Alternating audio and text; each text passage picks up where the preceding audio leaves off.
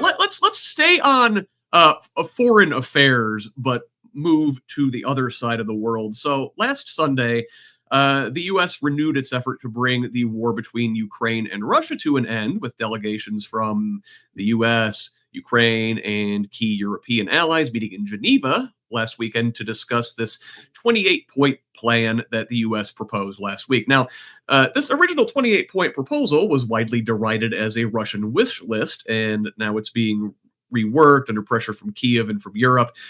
The public confirmation that it derived from a Russian non-paper seriously damaged U.S. claims to impartiality. Stick a pin in that. European allies countered with their own 19-point counter proposal that puts Ukrainian sovereignty, NATO potential, and military autonomy up front, meaning if the U.S.-Russia deal goes through without Europe, you may see a major transatlantic rupture in the NATO alliance. Now, by Tuesday, Ukraine agreed to the core terms of this deal, but at the same time, Russia has been attacking Ukraine with drone and missile strikes all week long, disrupting energy supplies, turning off heat in, a Ukrainian winter, which, not pleasant for the citizens of the country there. Now, the U.S., in addition to meeting with their Ukrainian and European allies, has been leaning heavily into direct diplomacy with Russia. Case in point, Special Envoy Steve Witkoff has basically been shown to be in contact, I don't know how to say this, working for the Russians, telling them how to massage Trump to get their way. Like we said, this 28-point peace plan was essentially copy-pasted, run through Google Translate poorly from the original Russian and presented as a neutral U.S. plan. And all of this distressing, certainly, but the Ukrainian side is not exactly clean.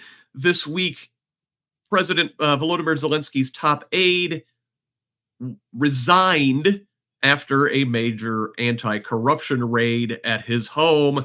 This guy, Andrei Yermak, I believe was his name, is not just Zelensky's top aides, but one of his top peace negotiators in this whole thing. And, if you want to tie it in stateside, some 200,000 Ukrainian refugees in this country are now in legal limbo with a Trump policy shift, leaving their status kind of up in the air.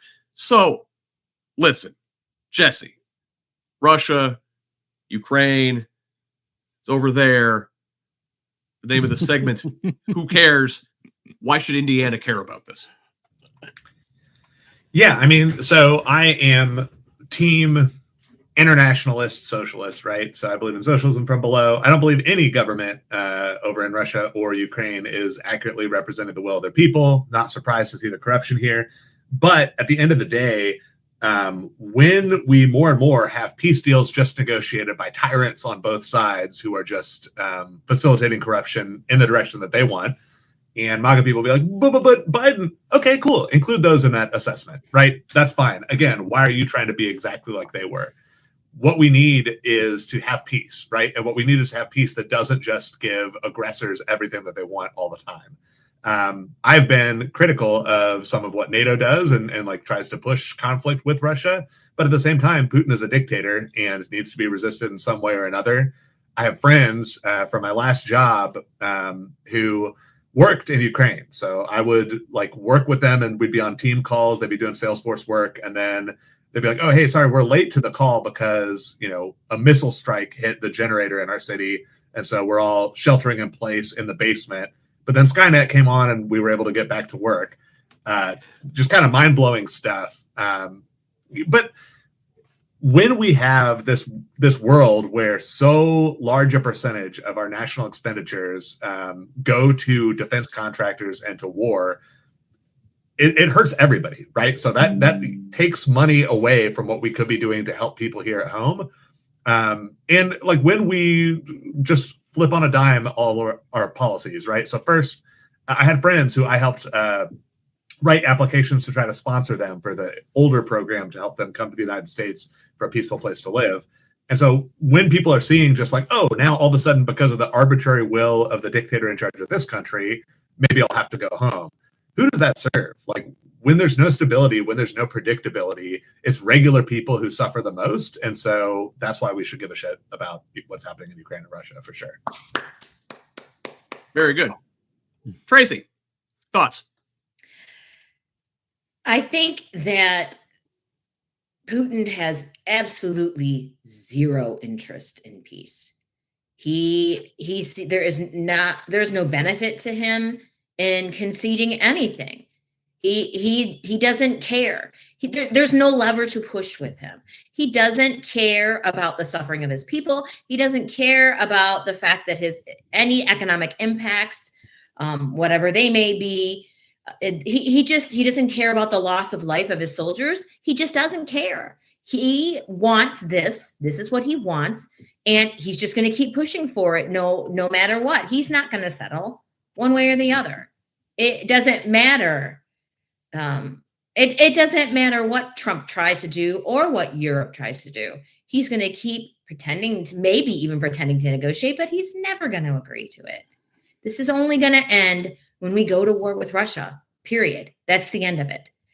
I hate to say that. I'm not somebody who wants war, but I think that's where Europe is going to be going.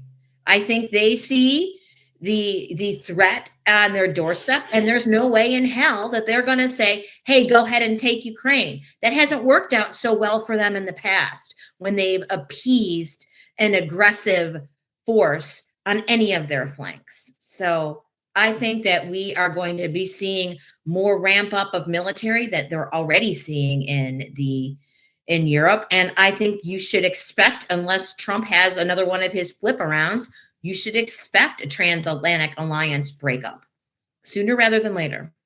Yeah, that's not great. I mean, it really is just a microcosm of what MAGA has been, which is essentially the dismantling of the entire post-World War II this is what order, wants. not just internationally, but here at home as well. Kurt, what do you think? The whole thing was a joke because direct conflict. I don't know about that. I don't know. I don't see an end to it right now. I mean, I am very skeptical about negotiations and deals, because we can take a look at what's happening in Gaza right now with some of the things that have been broken in agreement there, and the violence that continues. So I'm not I'm not one that puts a lot of faith when you try to negotiate with dictators and taking their word for it. Also, Jared Kushner was part of this envoy that went there for their negotiations. So that kind of that kind of tells you a little bit about how serious they really are. I mean, he's just measuring for the casinos. That's what he's doing. Yeah. I mean, there obviously, when you have a war that's gone on this long and you have a government, I don't think there's a government around the world that is not corrupt in some area. Okay. Corruption is part of it. I don't care how small it is or how big it is. It's going to happen. So the corruption that's happening. Yeah. Not all, but the corruption that's happening within Ukraine, that's going to happen. I mean, when you have a war going on as long as this one has, there's going to be people that approach members of that parliament or that government, and they're going to say, hey, here's what we could do for you if I mean, I don't know the details behind it, but that's the kind of thing that happens. So I believe right now the only good negotiation or good agreement that could happen right now is for Russia to get the fuck out of Ukraine. Yeah. And then we can go from there. Get out. That should be the agreement. Go. Then we can work on the rest of it. Until that happens, I don't see any positive end result, and I hope that it doesn't end up in war. But that's what these dudes want. That's what they want. Orban and Xi and Putin and Bibi, all of these guys. That's what they want because they know what the power they have. I mean, just think about what would take place if there was some kind of coalition between, and it's scary to say, but the United States, when somebody like Trump's in charge with Russia and Bibi and China, I mean, my God, we would be looking at authoritarians. Yeah, it's unreal. So, and that's a reality. I think people have to, and it affects everyone around the world, not just us Hoosiers here, but affects everyone around the world. Anyone that has a soul or a heart or has, any kind of humanitarian belief in themselves, seeing this kind of thing happen, it's just, I mean, I have one thing I can tell you over the past 5 or 6 years, and especially over the last year or two, meeting some of the people that I have met, like Jesse, for instance, my eyes have been open to a lot of shit that I wasn't clear on before. And it breaks my heart to see the before and after of Gaza. I mean, it absolutely just is unbelievable. And we're not hearing half of what actually took place. They're not telling us because, one of the ways you gain control of a populace is you control the media and the information. And their information that's why down there is yeah. It's like the Great Firewall.